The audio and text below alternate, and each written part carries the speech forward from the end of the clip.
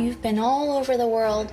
You could have a shop anywhere you like, and yet you're here. What's wrong with you? The Outfit is about an English tailor who used to cut on London's world-famous Savile Row, who, after a personal tragedy, has ended up in Chicago in the 1950s, where he's opened up this little corner tailor shop. The only people he can find to make his fine clothes for is a small subset of the Chicago mob. Knock, knock. We were reading this one book about the history of Savile Row, and we found this single sentence that mentioned that the first bug in the history of the FBI was planted inside a tailor shop in Chicago, Illinois in 1956. And we instantly looked at each other and we said, oh, well, that's a movie. Pick one. It's the type of film that you dream about doing. It's magnetic. And you're gonna love it.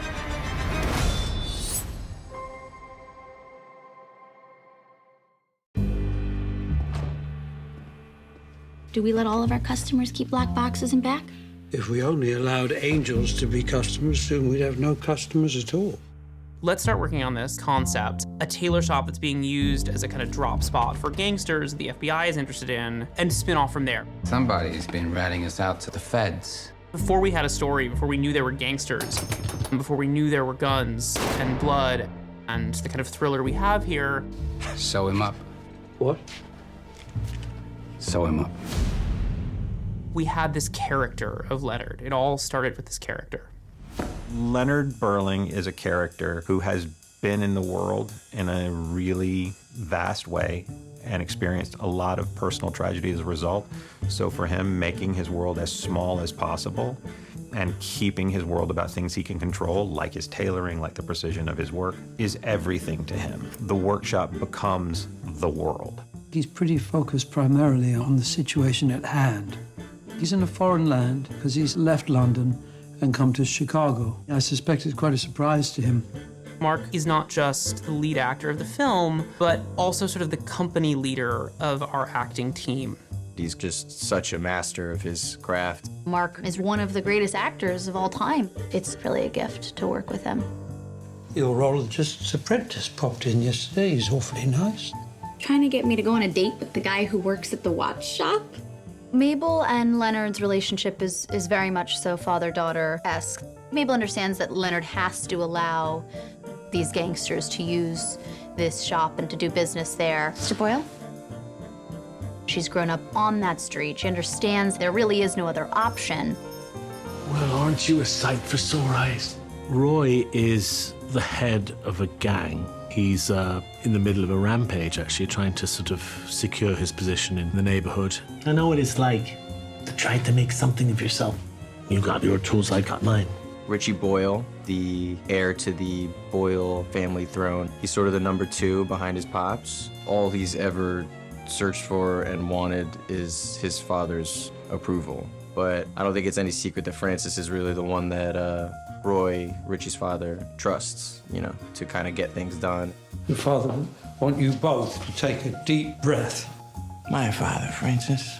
I love your father like he was my own, and I'm trying to help him. Francis works for the Boyle family. He's not an actual member of the family. He's worked his way up. He's earned the trust through just being a kind of brilliant foot soldier. He's pretty cold when it comes to what he's prepared to do to kind of put himself ahead.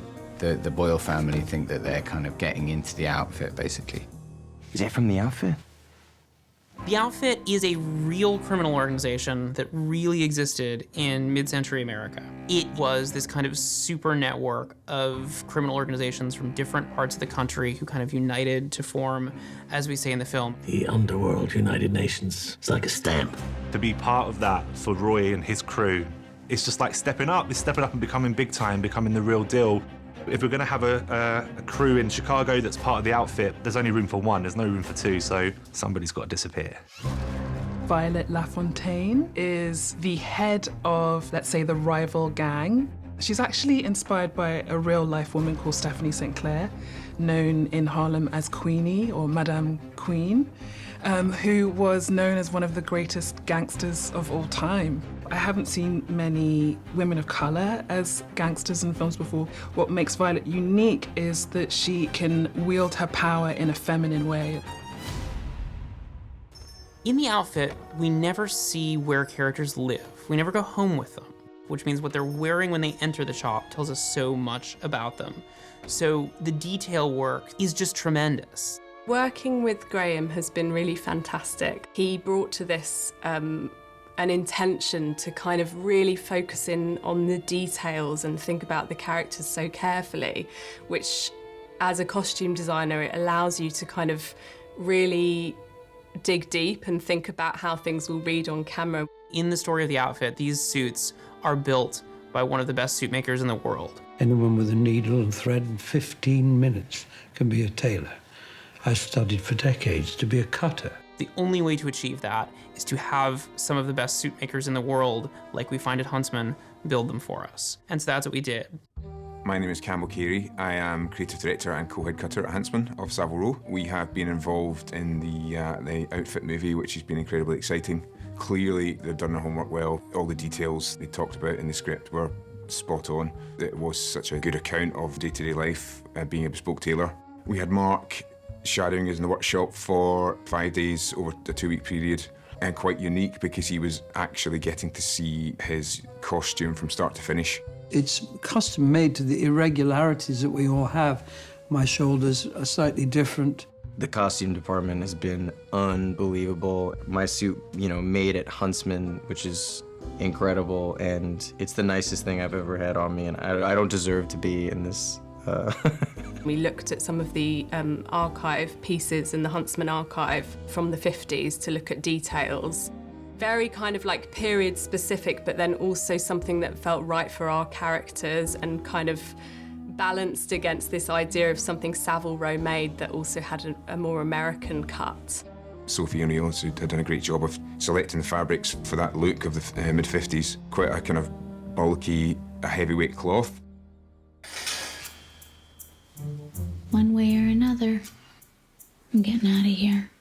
Mabel doesn't have much, and the money that she does make, she's putting away to get out of Chicago. So it was very important that we were careful in not getting too wrapped up in the glamour of 1956. Her skirt that I wear in most of the film we've kind of put some holes in it and some patches on there. She has one coat, 2 pairs of ratty socks.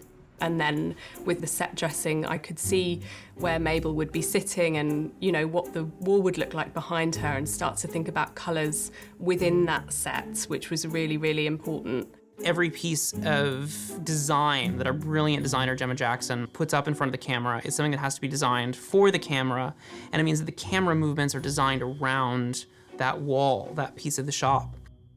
My name is Gemma Jackson. I'm the production designer of the outfit, and I'm going to show you my set.